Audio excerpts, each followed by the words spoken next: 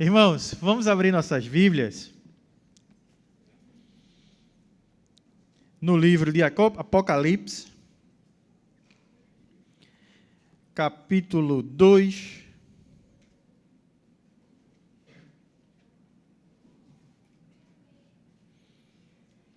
versículo 12.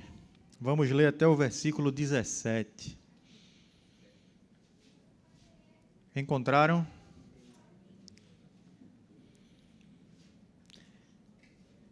Eu vou ler aqui, tá?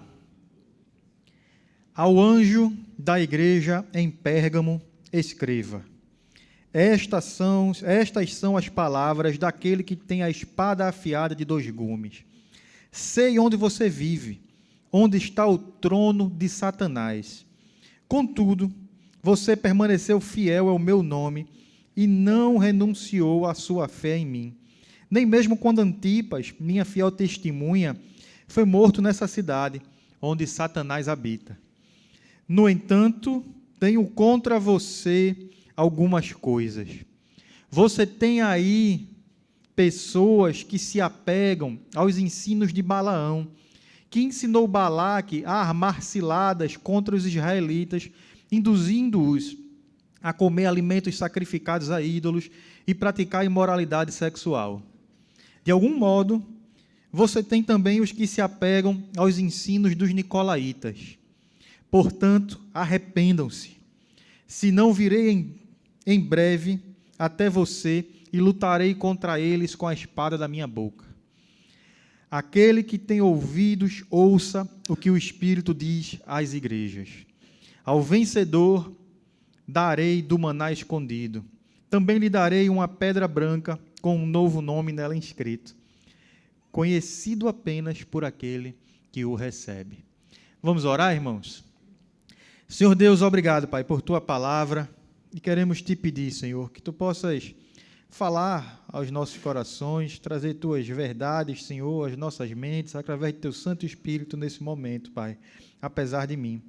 É o que nós Te rogamos no nome do Teu Filho Jesus. Amém. Amém, irmãos.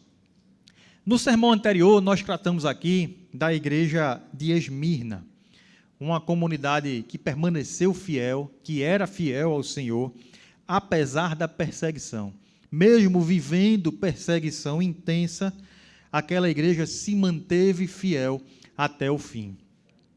Essa igreja lá de Esmirna, ela estava num centro econômico, numa cidade rica, mas era uma igreja pequena, uma igreja sofrida, perseguida, pobre aos olhos do mundo, porém rica aos olhos de Deus. E a gente viu que nas cartas às igrejas aqui, ela é uma das duas em que Cristo não tem nada contra aquela igreja. Porque a relevância daquela igreja não estava no poder, não estava nos números, não estava na influência que ela poderia ter, no seu tamanho, nos aplausos, na aceitação, mas na fidelidade a Deus, independente das circunstâncias que eles estavam vivendo. Agora a gente chega aqui nessa carta à igreja de Pérgamo. A igreja de Pérgamo, a cidade de Pérgamo, ela era uma cidade importante também. Se a cidade de Esmirna era ali um centro econômico, essa cidade de Pérgamo, ela era um centro cultural da época.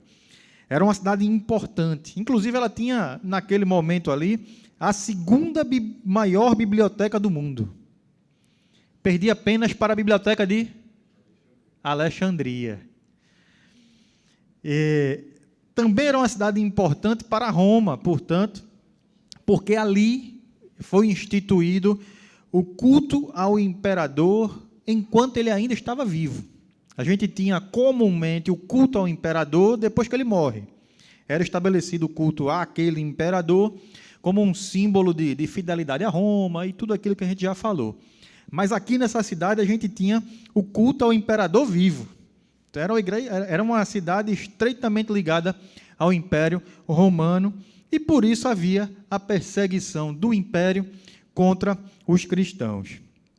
Ali também tinha o culto a outros deuses, tinha um templo de Zeus, como era comum em muitas cidades daquela época, e também ali existia a celebração do início, do exercício da medicina, e onde também se prestava culto a um Deus ligado, segundo eles, à medicina, à cura.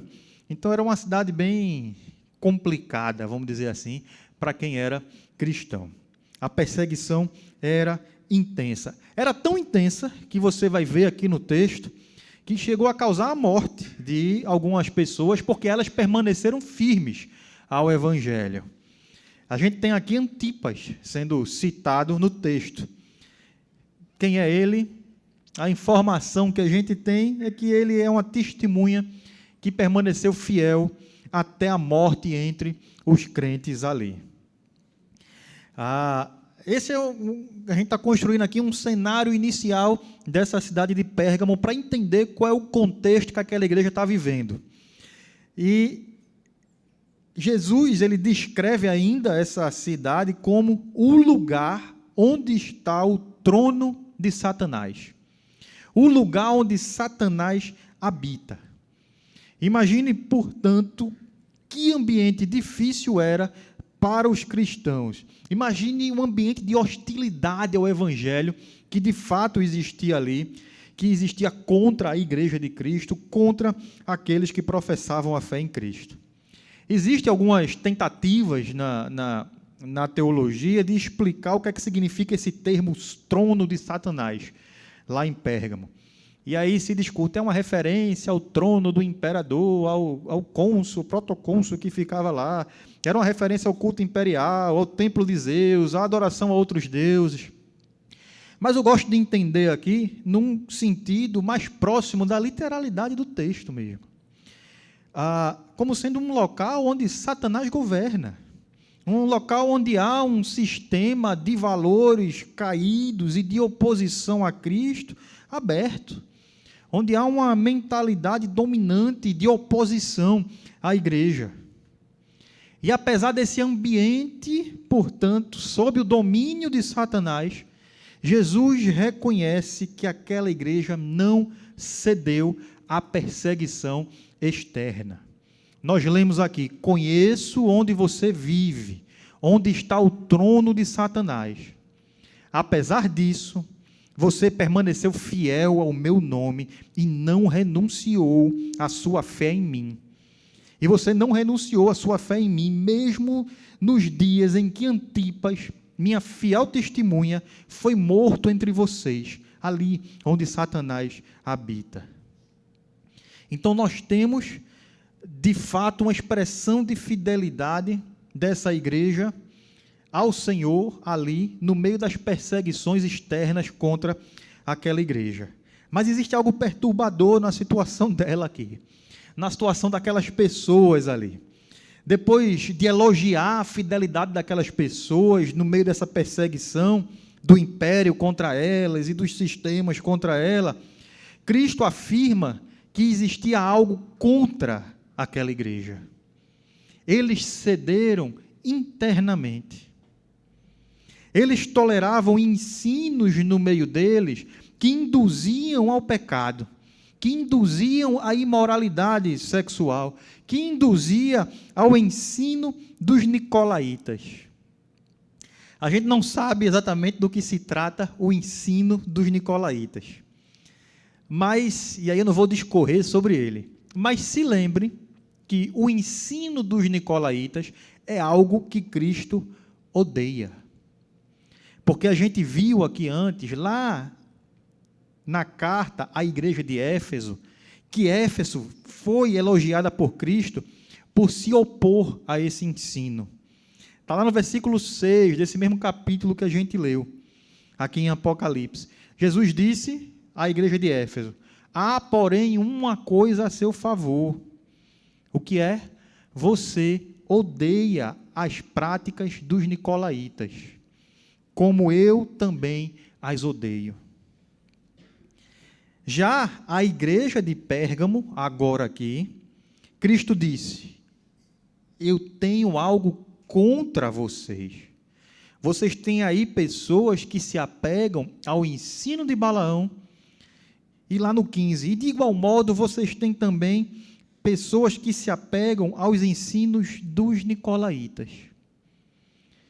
Nós não vamos também discorrer aqui sobre os ensinos de Balaão, mas lá no Antigo Testamento a gente tem essa figura aí, Balaão, e quando ele é trazido aqui nesse contexto, a gente pode entender como alguém que representa uma pessoa que, não podendo derrotar o povo de Deus por ações externas, derrotar o povo de Deus por fora, tentou corromper o povo de Deus por dentro.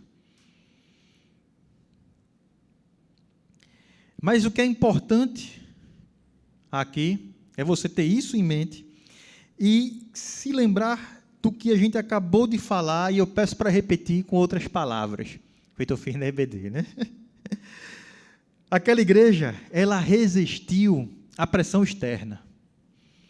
Ela não negou o nome de Cristo quando Roma tentou forçar isso, ao ponto de pessoas serem mortas por permanecerem fiéis a Cristo e testemunharem até o fim. No entanto, essa mesma igreja estava cedendo internamente. Ela permitiu que falsos ensinos se infiltrassem na igreja, sem que fossem rejeitados, sem que fossem combatidos, eles foram abraçados. E é isso que Cristo tem contra eles. E aqui a gente está falando mais uma vez, portanto, de fidelidade, de perseguição. Porque o livro de Apocalipse, ele trata disso, ele começa tratando desses assuntos, porque esse é o contexto da igreja naquele momento, e é um contexto que vai voltar a acontecer, e nós vamos ver isso aqui no decorrer das mensagens em Apocalipse. E nós já tratamos disso no domingo passado, sobre a perseguição externa das forças de fora que querem nos forçar a largar Cristo. E agora a carta à igreja de Pérgamo nos ensina que a pressão para que a gente deixe Cristo, que a pressão para que a gente negue a nossa fé, ela não vem somente de fora.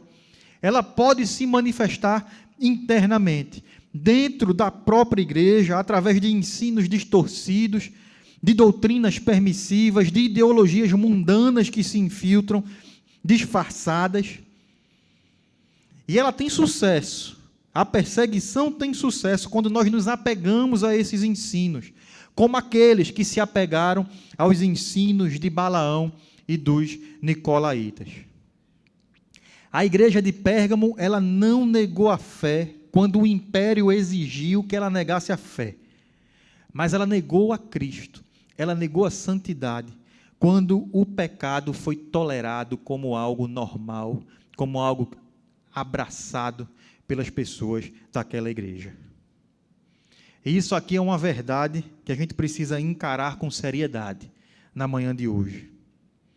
A fidelidade a Deus, ela não se comprova somente diante do que nós resistimos, mas também diante do que nós toleramos, diante do que nós aceitamos, diante do que nós abraçamos.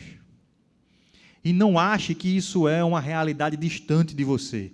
Não pense que é algo distante de você, a possibilidade de você viver uma fé que se opõe com firmeza às perseguições externas, que realiza atos externos mostrando a sua fidelidade a Cristo, mas que ao mesmo tempo sucumbe internamente por tolerar na sua vida, na sua prática, aquilo que não agrada a Deus.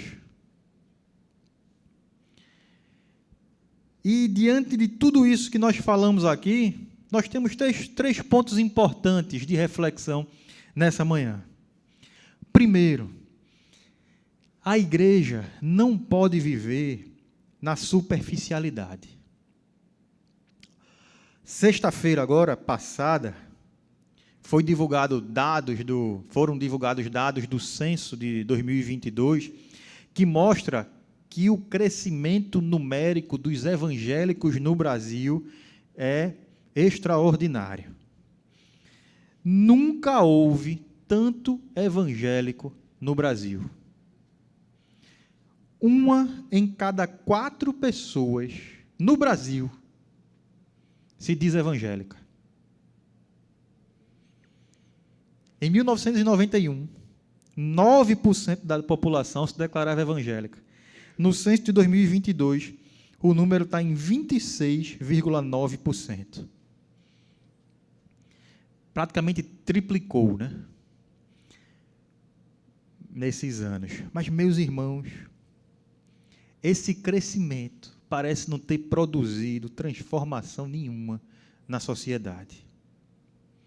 E aqui eu não estou falando de ação social e coisas do tipo, não. Mas de impacto espiritual, de santidade, de arrependimento, de postura, de fidelidade. De pessoas que não agem só externamente como crentes, levantando as mãos nas igrejas, cantando, frequentando cultos, e outros rodando e por aí vai. Mas de pessoas que na vida comum vivem como quem crê em Cristo, que no trabalho trabalha como quem crê em Cristo, que nas rodas de conversa fala como quem crê em Cristo, que no trato com os empregados trata como quem crê em Cristo, que no trato com o chefe trata como quem crê em Cristo, e por aí vai. A gente simplesmente não vê esse impacto, a gente não vê os valores do Evangelho sendo internalizados de fato e vividos por 25% da população brasileira, que é uma população dita evangélica. Você enxerga isso onde você anda? Nós nunca tivemos tantos evangélicos no Brasil, e ao mesmo tempo, me parece que nunca tivemos tanta igreja, tanta gente que se diz cristã, sem ter nenhum compromisso com Cristo. E me parece que isso tem acontecido porque as igrejas têm permitido, têm proclamado, têm se apegado a falsos ensinos em seu meio. Agora, não mais o ensino de Balaão e dos nicolaítas. E aí, me perdoe se você se ofender com alguma coisa que eu cite aqui. Mas agora, não mais os ensinos do Balaão ou dos nicolaítas, mas o ensino do meu corpo, minhas regras. O ensino do Deus aceita você como você está, e por isso você deve continuar assim. O ensino do o que importa é o amor. E aí você pode viver sem santidade alguma. O ensino do não julgue. Você tem que aceitar quem é você para julgar, que é um falso discurso que distorce o texto bíblico para levar a igreja a tolerar o pecado sem nenhum discernimento. O ensino de que cada um tem sua verdade e Deus me entende, vamos aceitar. O ensino do a gente precisa atualizar a Bíblia. O ensino do não existe mais papel de homem e de mulher, cada um escolhe o que quiser. O ensino do quem age na causa do pobre é comunista. O ensino de que a igreja tem que se tornar palanque político para eleger candidatos a fim de impedir o avanço do mal, com idolatria política e a políticos, depositando a fé e a esperança da redenção da sociedade dos sistemas políticos.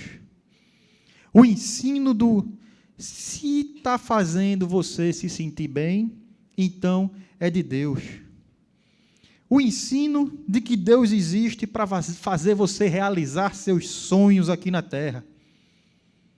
O ensino de que o avivamento existe quando a igreja está lotada, a música emociona e as pessoas saem do culto emocionalmente mexidas.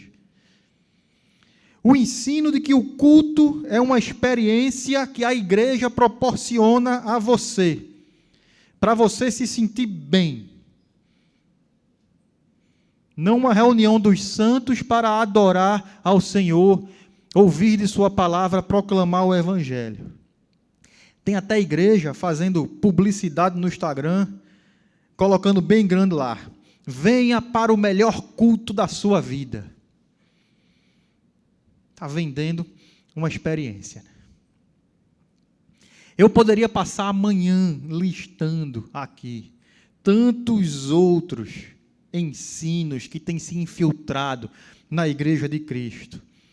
Mas o que eu quero que você perceba é que nós temos as versões modernas da doutrina de Balaão e dos nicolaítas. E nós não podemos ter medo de enfrentá-las por causa da oposição que possa surgir contra nós. Porque nós podemos ser como a igreja de Éfeso e ter a nosso favor que nós odiamos as práticas dos nicolaítas, como Cristo também odeia, ou nós podemos ouvir de Cristo contra nós, como contra a igreja de Pérgamo, que vocês têm aí pessoas que se apegam a esses ensinos. O problema de Pérgamo não era a perseguição externa. Eles resistiram. O problema é o que eles estavam permitindo acontecer por dentro. A doutrina falsa foi sendo tolerada. O erro foi sendo acomodado. O pecado foi sendo aceito. E isso acontece quando a igreja se torna superficial e abandona a palavra, troca a profundidade, a proclamação do evangelho, a adoração a Deus por experiência, por sensações. Troca a fidelidade a Deus por relevância numérica, por ser famosa. E esse é o cenário de grande parte da igreja que se diz evangélica hoje no Brasil. É uma igreja que vive na superficialidade e é facilmente enganada e engana tantos. Ela não discerne, ela não confronta, ela não se posiciona. Quando faz isso, muitas vezes, ou até na maioria das vezes, se posiciona apenas politicamente. E aí já está caindo de novo no mesmo erro. Ela não discerne. Ela prefere o caminho mais leve, mais atrativo, mais palatável, que gera adesão fácil das pessoas. E a verdade é que Jesus não está buscando uma igreja cheia de pessoas impressionadas, emotivas. Ele está buscando discípulos comprometidos. E a igreja não pode viver na superficialidade, ela precisa romper com isso. Ou ela vai continuar crescendo por fora, em números a cada censo, e apodrecendo por dentro. E isso nos leva a um segundo ponto, porque a gente não deve olhar aqui apenas para um cenário amplo, com números abstratos, uma coletividade chamada igreja, como se nós não fizéssemos parte dela, mas nós precisamos olhar para dentro de nós mesmos, porque o que nós estamos falando aqui é também sobre nós como indivíduos. Nós, muitas vezes, até conseguimos, nós, pessoas, indivíduos, resistir às pressões externas, conseguimos dizer não ao mundo que tenta nos calar, conseguimos colocar a Bíblia debaixo do braço e sair no elevador e andando por todo canto, mostrando que, apesar de ninguém gostar, nós somos crentes sim, e conseguimos cumprir todos os nossos compromissos eclesiásticos, cumprir toda a rotina que se espera de um crente externamente. E no meio de tudo isso, fazendo tudo isso, podemos sim estar cedendo internamente, relativizando, aceitando, negociando, fazendo pequenas concessões dia após dia. E aí, sem perceber, nós nos tornarmos como a igreja de Pérgamo, fiéis por fora, corrompidos por dentro. E você foi chamado a permanecer fiel em todos os aspectos da sua vida, inclusive em todos os ambientes por onde você andar, até mesmo ali, onde o trono de Satanás está. Jesus disse à igreja de Pérgamo: conheço onde você vive, que é onde está o trono de Satanás. Aqueles cristãos viviam num lugar difícil, cheio de idolatria, de corrupção, de pressão espiritual. E sabe o que é interessante? Jesus, mesmo diante de todo esse diagnóstico daquela igreja, de apontar isso que ele tem contra aquela igreja, ele não mandou aquela igreja sair dali. Ele não disse, fujam dessa cidade, que é onde está o trono de Satanás. Mas ele chamou aquela igreja à fidelidade ali mesmo, onde Satanás tinha autoridade, influência e culto. E isso nos ensina, trazendo para a nossa vida pessoal algo importante. Cristo conhece onde você está. Ele conhece os ambientes onde você caminha todos os dias. Ele conhece seu lar, sua família, sua universidade, seu trabalho, o uso do seu celular, suas redes sociais, suas amizades. Ele sabe os ambientes que te cercam. Ele sabe que muitas vezes dentro do seu lar falta fidelidade a Deus, falta reverência a Deus. Ele sabe que no seu trabalho há injustiça, fofoca, corrupção, vulgaridade, pressão, para você ser como os outros. Ele sabe que na universidade você ouve quase todos os dias discursos que tentam ridicularizar a sua fé, que tentam relativizar a verdade, que tentam zombar de quem crê e zombar da Bíblia. Ele sabe que nas redes sociais você é exposto à imoralidade, a comparações, a consumismo, a ideologias mundanas, a mensagens que tentam moldar a sua mente o tempo todo. Ele sabe das lutas, opressões, pressões que passamos. E Ele nos chama a permanecermos fiéis ali mesmo, onde o trono de Satanás está. E note, com o devido cuidado, que eu não estou falando de você se colocar em situações para ser fiel.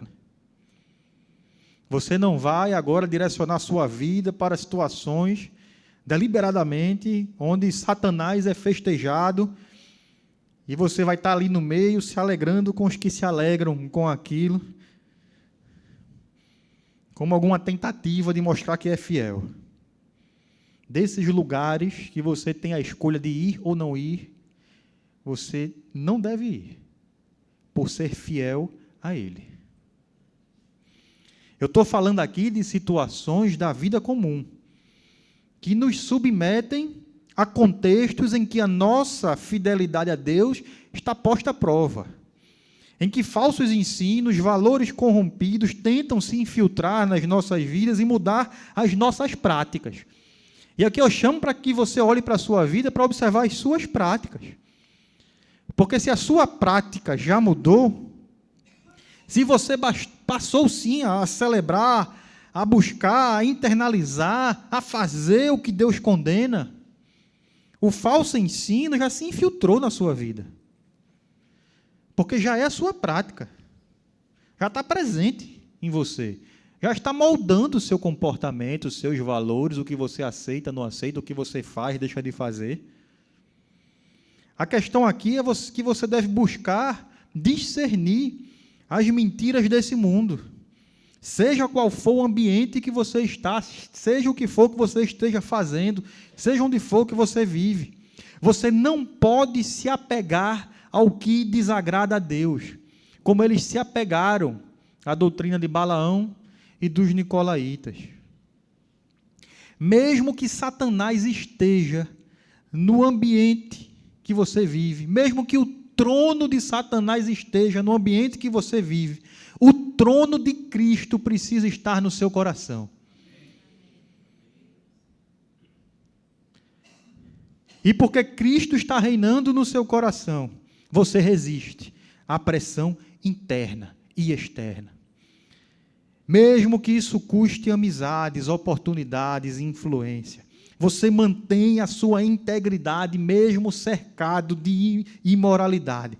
A sua boca não se junta à fofoca. Seus olhos não se entregam à cobiça, à luxúria. A sua mente permanece em Cristo, mesmo que tudo ao seu redor, ou tudo que está na palma da sua mão, tente desviá-lo.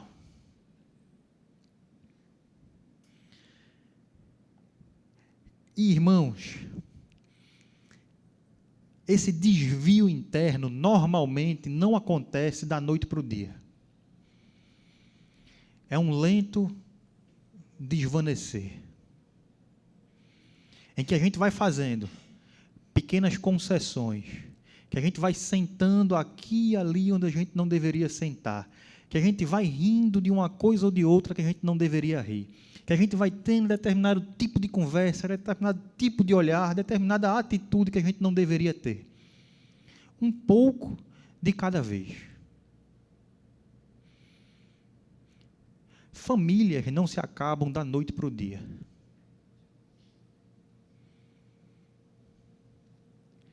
É um lento desvanecer, onde escolhas são feitas, até que o preço fica alto demais. Porque o falso ensino, aquilo que vem do trono de Satanás, o sistema que se opõe a Deus, se infiltrou em você. E foi dominando a sua mente, seu coração, aos poucos. Até que a distância da mente até os braços ficou curta. E aqueles valores começaram a dirigir as suas ações, as suas práticas.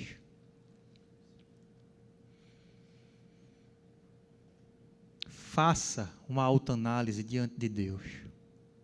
Esse é o chamado à fidelidade que é feito hoje aqui.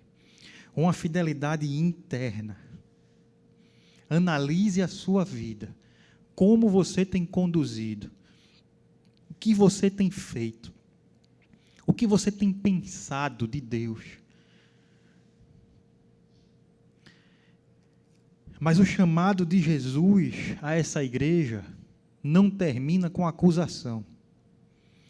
Ele não somente revela o erro, mas ele convida ao arrependimento. Ele convida à restauração. Ele vira e, portanto, arrependa-se. Arrependa-se, porque eu virei em breve. E lutarei contra eles com a espada da minha boca. E aquele que tem ouvidos, ouça o que o Espírito diz às igrejas, o que o Espírito diz a você. E ao que vencer, darei do maná escondido, e também lhe darei uma pedra branca com um nome novo nela escrito, conhecida apenas por aquele que a recebe. Cristo chama essa igreja a se arrepender. Ele não ignora o pecado, mas também ele não abandona aquela igreja. Ele não abandona quem se volta a ele, para ele, arrependido. Ele confronta, sim, o pecado, a falsa doutrina, aquilo que não lhe agrada, mas com o objetivo de restaurar. E essa palavra serve para mim e para você. Se o Espírito hoje te confronta, não endureça o coração, como a gente viu na EBD aqui. Se o Espírito Santo está falando ao seu coração sobre concessões que você fez, que você está fazendo, sobre a vida que você tem levado, que você tem cedido internamente, apesar de externamente parecer que está tudo muito bem, não endureça o coração. Examine a sua vida à luz da verdade. Se há ideias que você tem tolerado que não deveria tolerar, se há pecados que têm sido escondidos ou justificados, ouça a voz de Cristo, arrependa-se e volte para Ele. E aos que se voltam para Ele, Ele promete aqui em Apocalipse comunhão com Ele, o maná escondido, que é o símbolo de sustento que só Ele pode dar. E Ele também promete um novo nome. O nome na Bíblia está ligado, quase sempre, à identidade da pessoa. Então, quando Deus concede um novo nome a alguém, e você vai ver isso na Bíblia em diversos momentos, É Deus concedendo uma nova missão, uma nova função, uma nova forma de existir, uma nova identidade. O nome está sempre carregando características da pessoa, identidade da pessoa. Então, quando ele está falando aqui que ele vai te dar um novo nome, é que ele vai te dar uma nova existência. Ele vai te fazer uma nova criatura.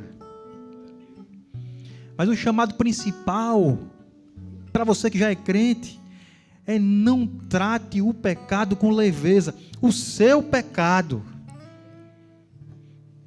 Não trate como se fosse algo comum. Não aceite o erro como algo que faz parte da caminhada. Não se apegue a falsos ensinos que nos corrompem por dentro. Seja o que for que a sociedade de hoje ensine, seja qual for a pressão que exista para que a gente se corrompa por dentro, não mude os valores que vêm da palavra de Deus e habitam em você. Não permita que eles sejam corrompidos. Não troque a sua fidelidade interna ao Senhor. E a gente chega aqui ao fim da carta de Pérgamo. E mais uma vez, Cristo não elogia essa igreja por ela ser grande, por ter uma reputação pública, mas ele destaca uma única coisa quando ele fala do que é bom naquela igreja: é a fidelidade. E ele espera de nós essa fidelidade que não se curva diante da perseguição externa, mas que também não se corrompe diante da pressão interna. Uma fidelidade que resiste ao erro, que rejeita o falso ensino, que permanece fiel onde o trono de Satanás está, e que mesmo que cercada por oposição e engano, se apega à verdade do Evangelho, não à verdade desse mundo. Essa é a fidelidade que o Senhor espera de nós. E aqui eu não estou falando apenas como igreja. Leve isso para a sua vida. Você precisa ser fiel pessoalmente. Você precisa resistir ao pecado dentro de você. Eu tenho certeza que você passa por lutas internas. E aí não basta você apenas falar que você ama a verdade, que você ama o Evangelho, e realizar atos na igreja. É preciso viver essas verdades, como as verdades que dirigem a sua existência, custe o que custar. E Cristo te oferece essa possibilidade, te dando perdão e te possibilitando ser a habitação do Espírito Santo, que gera em nós o fruto que agrada a Deus: amor, alegria, paz, paciência, amabilidade, bondade, mansidão, domínio próprio, fidelidade. Que você possa hoje refletir sobre a sua vida. E se você chegar a alguma conclusão que você precisa mudar, não viva como alguém vencido pelo pecado. Cristo te dá vitória, libertação do pecado. O chamado a reconhecer sobre como nós estamos não é um chamado para o lamento. É um chamado para a graça de Deus. É um chamado para reconhecer a condição e pedir perdão a Ele, arrepender-se, voltar-se para Ele e receber dEle uma vida nova, comunhão. Receba na sua vida, arrependa-se, volte-se para Ele e viva como quem tem um Senhor que reina sobre tudo, sobre sua vida. E que Cristo, ao olhar para você, encontre o que Ele buscava em Pérgamo: fidelidade verdadeira, fruto de um coração que pertence a Ele, não apenas resistência às pressões externas. Que Deus abençoe a cada um de nós. Vamos orar? Senhor Deus, obrigado, Pai, por Tua palavra, por Teu cuidado, por Teu Santo Espírito sobre nossas vidas, Senhor. Pai, nos ajuda a perceber aquelas situações que nós estamos negociando os valores da Tua palavra na nossa vida, Pai. Que nós estamos fazendo concessões ao pecado, a falsos ensinos, a doutrinas que não vêm de Ti, Senhor. E que vão aos poucos nos dominando e moldando a nossa forma de pensar e moldando a nossa forma de agir, Senhor.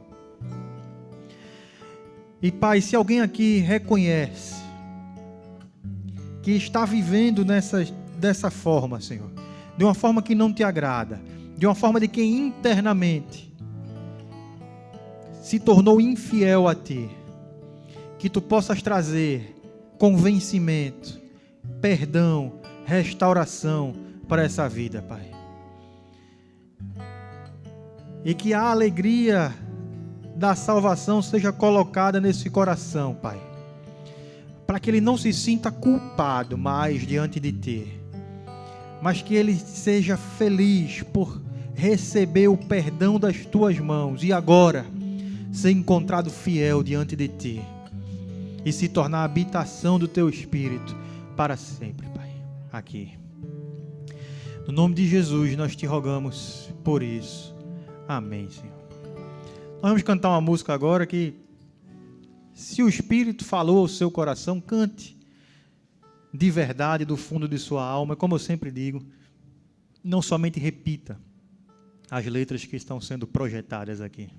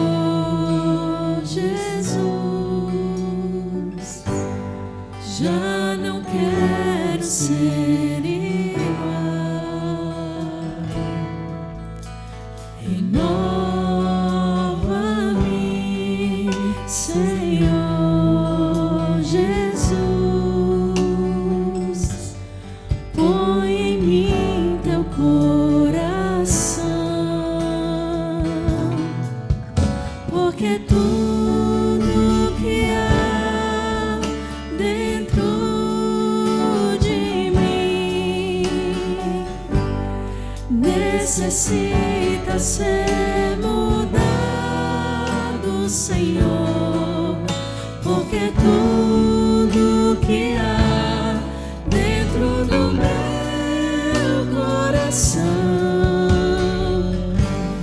necessita mais de Ti. Vamos nos colocar de pé?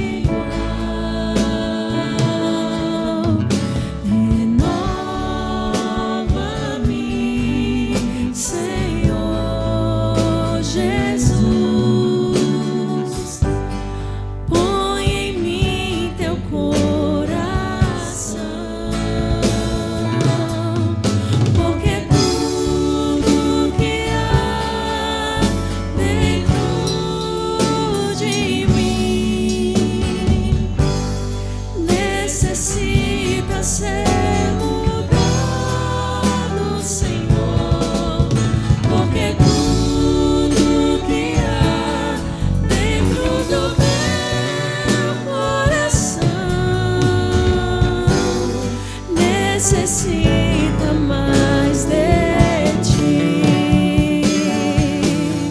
porque tudo que há